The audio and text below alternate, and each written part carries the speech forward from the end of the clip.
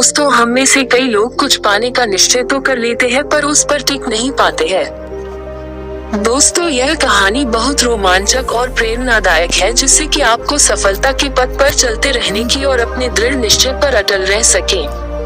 दृढ़ निश्चय का फल success of your determination. Ram Singh Mashriqi शहर में मशहूर था। वह गंगा नदी के तट पर ही अपनी बिरादरी के साथ रहता था।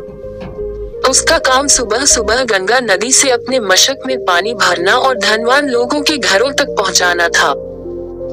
एक दिन राम सिंह सुबह सुबह मशक उठाए बस्ती की ओर बढ़ा जा रहा था कि अचानक उसकी नजरें धरती पर पड़े चांदी के 1 रुपए पर पड़ी। अरे वाह, सुबह सुबह चांदी का रुपया! हे माँ लक्ष्मी, आज तो तुमने मुझ गरीब पर बड़ी कृपा की। राम सिंह का खुशी का ठिकाना नहीं था, लेकिन अगले ही पल वह सोच में डूब गया। समस्या यह थी कि अब उस रुपये को रखे कहाँ। उसकी झोपड़ी तो सुरक्षित नहीं थी, क्योंकि उसमें दरवाजा नहीं था, बस एक पर्दा सा द्वार पर लटका रहता था। हे प्रभु, इस रुपये को कहाँ रखूं जो यह सुरक्षित रह सके। इस रुपये को तो मैं किसी खास मौके पर ही खर्च करना चाहता हूँ, मगर तब तक इसकी सार संभाल कैसे करूँ। राम सिंह चिंता में डूब गया। अभी राम सिंह की शादी नहीं हुई थी। उसके मन में आया, क्यों न मैं ही यह रुपया कहीं छिपाकर रख दूं और अपनी शादी पर इसे खर्च करूं। शादी के बाद इससे अपनी पत्नी को श्रृंगार का सामान लाकर दूंगा तो वह बहुत खुश होगी। यह निर्णय राम सिंह ने कर लिया कि वह इस रुपये का क्या करेगा, लेकिन पहले वाली समस्या जस की तस थी कि इस रुपये को कहाँ रखा जाए। अचानक उसके मन में ख्याल आया कि क्यों ना मैं इस रुपये को पुराने राजमहल की पिछवाड़े वाली दीवार में कहीं छुपा दूं। वहाँ कोई आता जाता भी नहीं है। यही सोचकर राम सिंह महल की ओर चल दिया। पुराना महल नगर से काफी दूर था और वहाँ अब आबादी भी नहीं थी। राम सिंह महल के पिछवाड़े पहुंचा। वहाँ एक जगह से दीवार थोड़ी टूटी हुई थी। राम सिंह ने 1-2 ईंटें हटाई और अपने पति के सिर पर बांधने वाले कपड़े में से थोड़ा सा कपड़ा फाड़कर रुपया उसमें लपेटकर एक सुराख में रख दिया। फिर जो ईंटें हटाई थी, उन्हें वैसे ही लगा दिया ताकि कपड़े की पोटली किसी को दिखाई न दे। हाँ, अब ठीक है। यहाँ रुपया सुरक्षित है, न तो चोरी का डर और न ही आंधी तूफान का खतरा। राम सिंह चांदी का 1 रुपया पाकर स्वयं को काफी अमीर समझ रहा था। अब राम सिंह को अपनी शादी का इंतजार था कि कब उसकी शादी हो और कब वो उस रुपये को निकालकर खर्च करे। अचानक राम सिंह की आंखों के सामने उसकी बिरादरी के सीताराम की बेटी लाली का चेहरा थिरकने लगा। वह लाली को मन ही मन चाहता था और उससे शादी भी करना चाहता था, मगर सीता काका से बात करने की उसकी हिम्मत नहीं होती थी। उसने सोचा कि क्यों न लालाराम पंसारी की मार्फत बात आगे बढ़ाई जाए।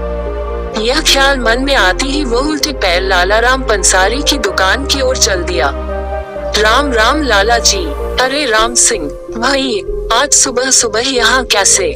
काम धंधे पर नहीं गए क्या? क्या बताऊं लाला जी, घर के चौका बर्तन से फुर्सत मिले तो काम धंधे की बात सोचूं। अब तो मन में आता है कि तुम्हारा कहाँ मान ही लूं। चौका बर्तन से फुर्सत मिल जाएगी तो मन लगाकर काम भी करूँगा। मेरी बात लाला चौका, मेरी कौन सी बात? अरे वही शादी की बात। तुमने कहा नहीं था कि अब तुझे शादी कर लेनी चाहिए। अच्छा शादी, अगर तू हाँ करे तो सीताराम काका से आज ही बात करूं।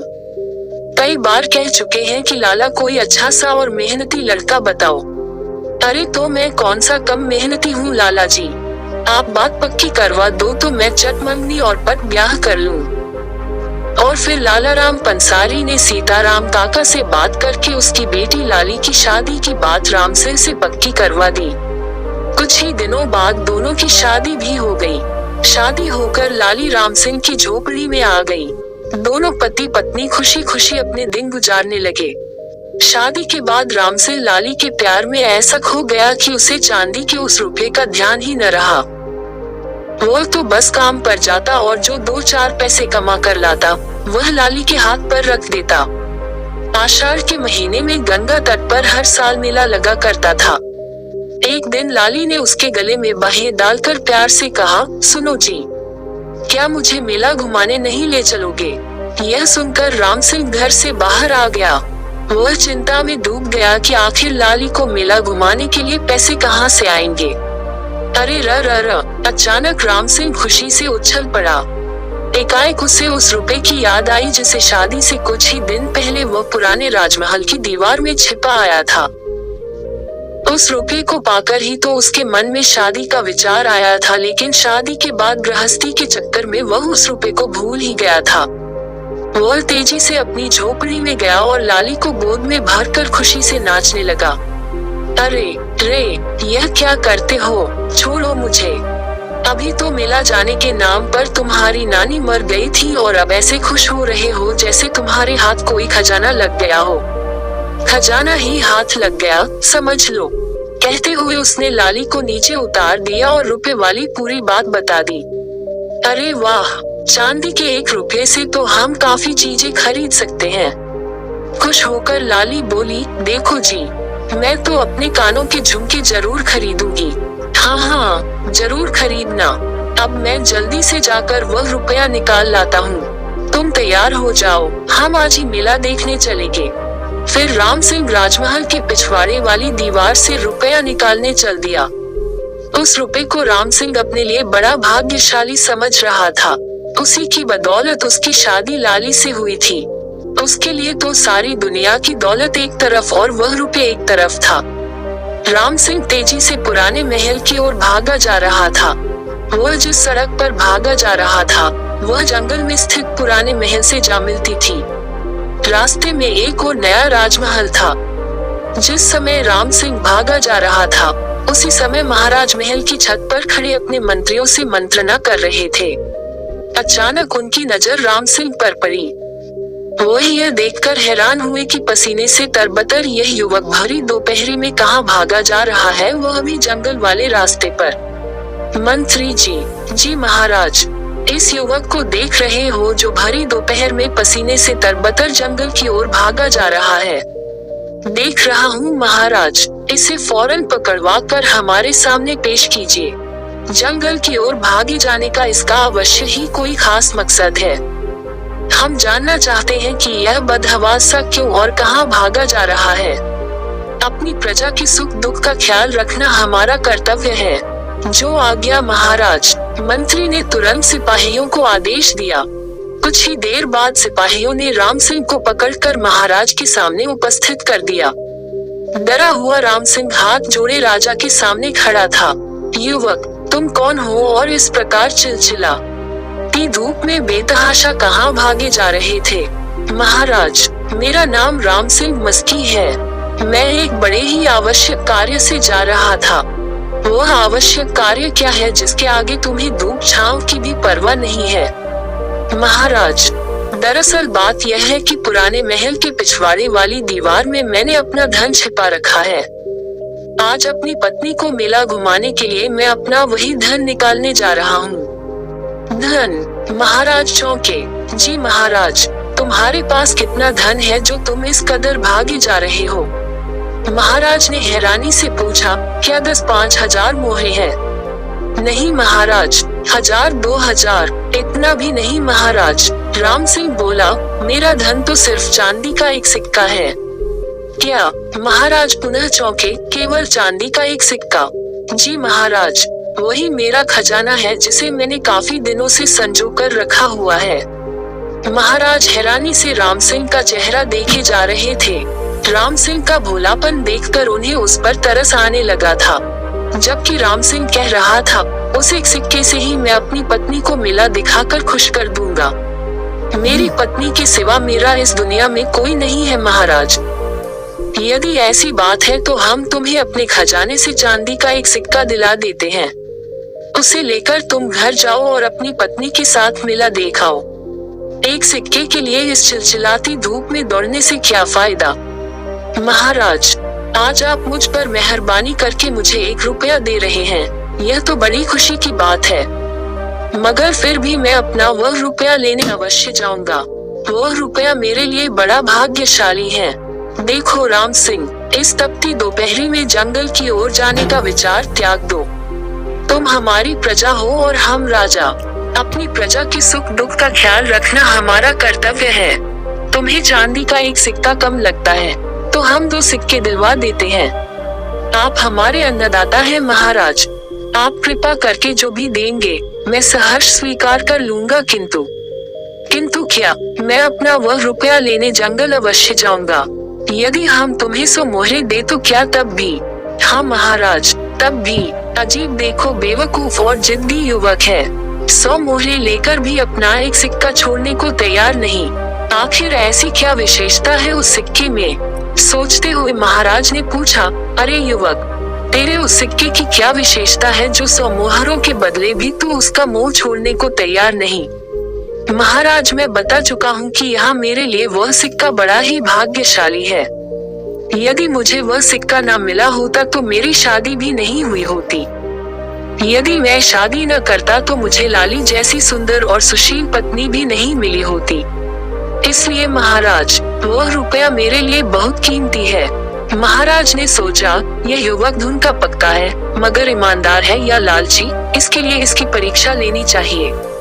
अतः वह बोले, राम सिंह, यदि हम तुम्हें 1000 मोहरे दें तो क्या तब भी तुम उस रुपए को लेने जाओगे? हाँ महाराज, उस रुपए को तो मैं अवश्य लेने जाऊंगा, क्योंकि वह रुपया मैंने अपनी पत्नी पर ही खर्च करने का निर्णय लेकर छुपाया था। अब उसी रुपये से मैं उसे मेला घुमाऊंगा। मगर जब हम तुम्हें उस रुपए से 1000 गुना अधिक धन दे रहे हैं तो तुम उस रुपए का लालच क्यों नहीं देते? क्षमा करें महाराज, यदि मैं अधिक धन के लालच में उस रुपए का मोह छोड़ दूंगा तो जीवन भर मेरी आत्मा पर एक बोझ सा बना रहेगा। कहते हैं 3 हट बहुत बुरी होती है, राजहट, लहट और योग हट। जहाँ राम सिंह अपने बालहट पर कायम था कि पत्नी को उसी रुपये से मेला दिखाऊंगा, वहीं महाराज के मन में भी राजहट की भावना उत्पन्न हो गई थी कि चाहे जो भी हो, चाहे कितनी भी भारी कीमत क्यों न चुकानी पड़े, इस युवक को वह रुपया लेने नहीं जाने दूंगा। यह सोचकर वह बोले, देखो राम सिंह, यह हमारी हट है कि हम तुम्हें वह रुपया लेने नहीं जाने देंगे। इसके बदले हमें भले ही कितने भी भारी कीमत क्यों न चुकानी पड़े, उस रुपए के बदले हम तुम्हें मुमांगी दौलत देने को तैयार हैं। दौलत इंसान की बुद्धि भ्रष्ट कर देती है महाराज। मैं तो मेहनत कश इंसान हूँ, हम लोगों को तो पेट भरने लायक धन मिल जाए वही बहुत है। आपके भाई से भारी दौलत भी मुझे वो खुशी नहीं दे सकती जो खुशी मुझे उस रुपए को पाकर प्राप्त होगी। हम तुम्हारे विचार जानकर बहुत खुश हुए राम सिंह। तुम लालची नहीं हो। तुम जैसे नौजवान जिस राज्य में हो वह राज्य अवश्य ही उन्नति करता है। हम खुश होकर तुम्हें अपने राज्य का आधा भाग इनाम में देते हैं, मगर शर्त हमारी वही है कि तुम वह रुपया लेने नहीं जाओगे। ओह, राम सिंह समझ गया कि महाराज जिद पर अड़ गए हैं। यदि उसने उस रुपए को लाने की जिद नहीं छोड़ी तो उसे इनाम के बदले दंड भी दिया जा सकता है।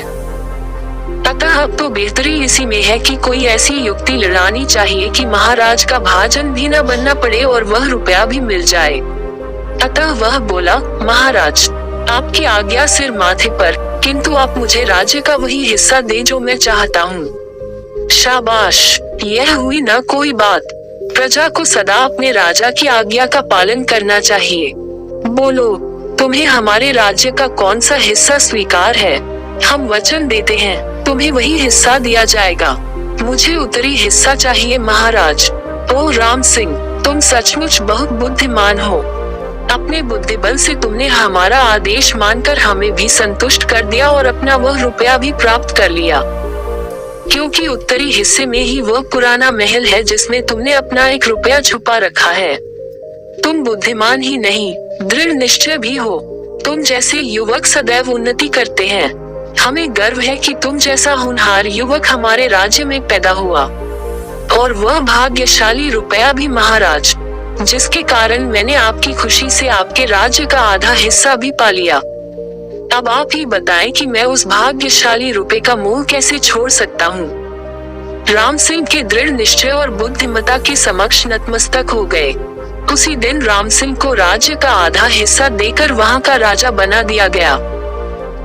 राजा बनते ही राम सिंह ने सबसे पहले पुराने महल की दीवार से अपना वह रुपया प्राप्त किया और उसे चूमकर माथे से लगाकर बोला, तुम बहुत शुभ हो, तुम्हारे कारण ही मेरे नसीब जाग गए मित्र।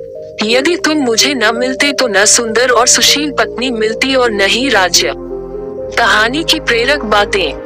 किसी ने सत्य ही कहा है, धुन के पक्के और दृढ़ निश्चय मनुष्य उम्मीद से अधिक पा लेते हैं, लेकिन प्राप्त किया जाने वाला लक्ष्य शुभ एवं निस्वार्थ हो। इसका एक सरल सा उदाहरण हम सर इलॉन मस्क के जीवन को लेकर देख सकते हैं। स्पेसएक्स और टेस्ला मोटर्स के संस्थापक, जिन्होंने न जाने कितनी ही बार असफलता प्राप्त किया, वह भी लगातार फिर भी वे अटल रहे और दृढ़ निश्चय गुण की वजह से ही वे आज दुनिया के दूसरे सबसे अमीर और सबसे सफल व्यक्ति बन पाए। दृढ़ निश्चय एक ऐसी शक्ति है जिसका कोई तोड़ नहीं है। आपको बस यह करना है। 1. आपने आज जो निश्चय किया है करने का, उसे एक कॉपी में लिख लें। 2. रोज आपने कितना काम किया उस कॉपी में नोट करते रहे जब तक कि काम पूरा न हो जाए। आपको यह कहानी कैसी लगी, आप मुझे कमेंट बॉक्स पर जरूर लिखकर बताएं। और अगर आप चैनल पर नए हैं तो लाइक, शेयर और सब्सक्राइब चैनल को जरूर करें। धन्यवाद। मिलते हैं अगले स्टोरी में।